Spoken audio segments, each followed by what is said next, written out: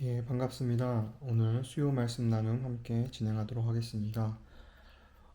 저번 주부터 조금 업로드가 늦었습니다. 요즘에 손님 맞을 준비도 조금 하고 있고요. 조금 일들이 조금 많아가지고 업로드가 좀 늦어진 점 양해 부탁드립니다. 다음 주에는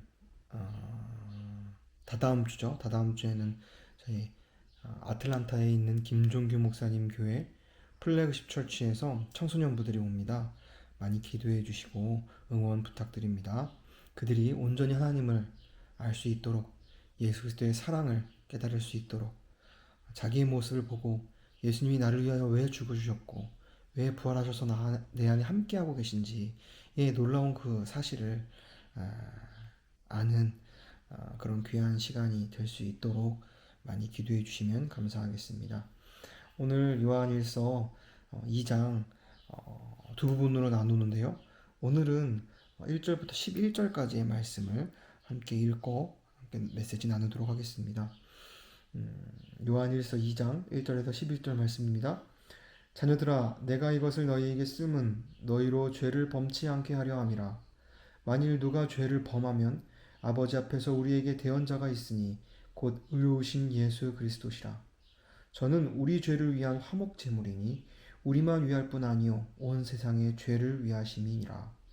우리가 그의 계명을 지키면 이로써 우리가 저를 아는 줄로 알 것이요 저를 아노라 하고 그의 계명을 지키지 아니하는 자는 거짓말하는 자요 진리가 그 속에 있지 아니하되 누구든지 그의 말씀을 지키는 자는 하나님의 사랑이 참으로 그 속에 온전케 되었나니 이로써 우리가 저 안에 있는 줄을 아노라. 저 안에 거한다 하는 자는 그의 행하시는 대로 자기도 행할지니라.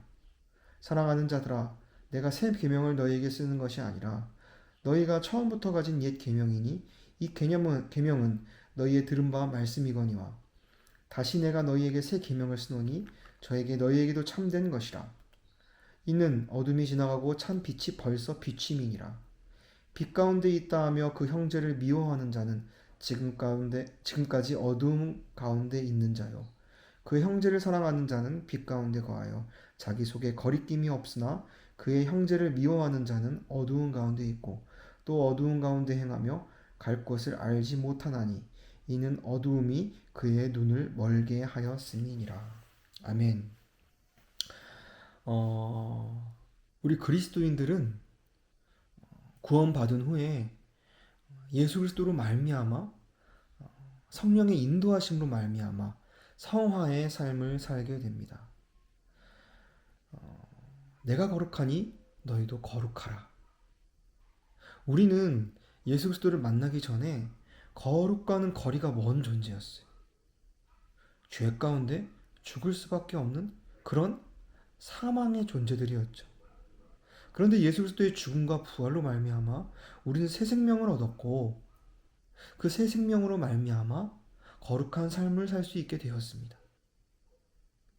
우리는 우리의 자신을 보면 너무나 죄인이고 연약하고 어두운 부분들이 많아요. 그런데 우리 안에 계신 예수 그리스도를 하나님은 보시고 우리를 거룩하다고 하시는 것입니다. 그럼에도 불구하고 사실은 이 세상을 살아나가는 우리는 육의 몸을 입고 있는 우리는 여전히 죄를 지어요. 실수를 합니다. 연약한 모습이 나와요. 그런데 그런 상황 가운데서 우리는 이미 구원받은 자야. 맞는 얘기죠? 나는 의인이야. 맞는 얘기죠? 그런데 여전히 나오는 이 죄를 간과하고 그 죄에 민감하지 않는 것.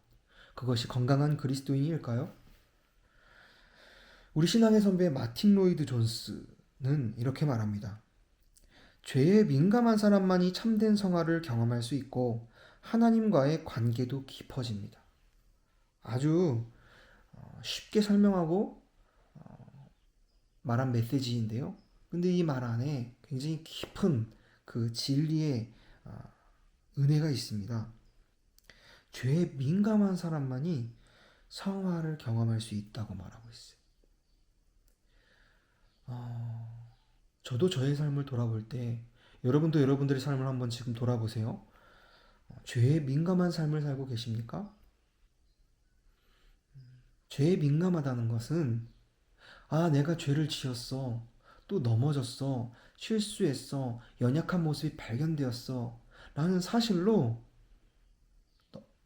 낙담하고 어두움 가운데 들어간다는 그것이 죄에 민감한 것이 아니라 그거는 죄를 묵상하는 거죠. 죄 가운데 거하는 거죠. 하지만 죄에 민감하다라는 것은 내 안에 또 이런 하나님이 기뻐하시지 않는 이 어떠함이 나오네? 이것은 예수 그리스도와 함께 십자가에서 다 처리된 것이지 하고 그 죄를 날마다 매 순간, 매 시, 매 분, 매 초 그것을 발견하고 고백하는 거예요. 그리고 주 앞에 회개하는 것입니다. 주님, 제가 또 실수했네요. 제 안에서 또 이런 것이 나오네요. 근데 이거 죽은 것이죠. 십자가에서 처리된 것이죠. 라고 고백하며 그 죄에 대해서 민감한 것이. 그럴 때 참된 성화를 경험할 수 있다고 합니다. 참 이 말이 얼마나 힘 있는 말인지. 저 여러분도 그런 삶을 살길 원합니다. 그렇게 살 때 죄에 지지 않고 어둠으로 들어가지 않고 빛이 우리 어둠 가운데 날마다 매 시간, 매 분, 매 초 밝혀짐으로 죄는 드러나고 예수 그리스도의 십자가는 분명해지며 예수 그리스도의 부활로서만 결론 맺어지는 그 삶이 시작된다는 것입니다. 그게 순간뿐만 아니라 한순간뿐만 아니라 매 삶, 매 순간 동안 이런 게 이루어진다면 하나님과의 관계가 깊어지고 우리는 하나님 앞에 나아갈 수 있다라는 것입니다. 분명히 하나님은 어떤 분이시냐면요.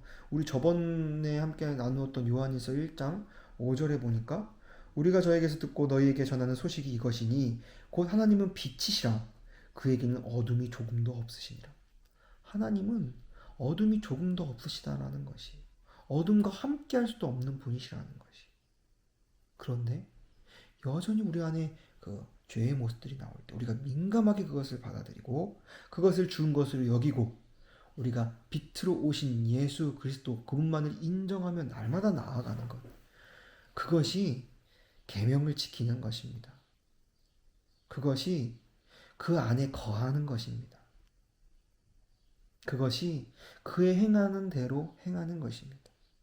그런 삶을 살아갈 때 우리는 우리의 행함, 우리의 생각, 우리의 말 모든 것이 빛으로 결론 맺어지는 거예요.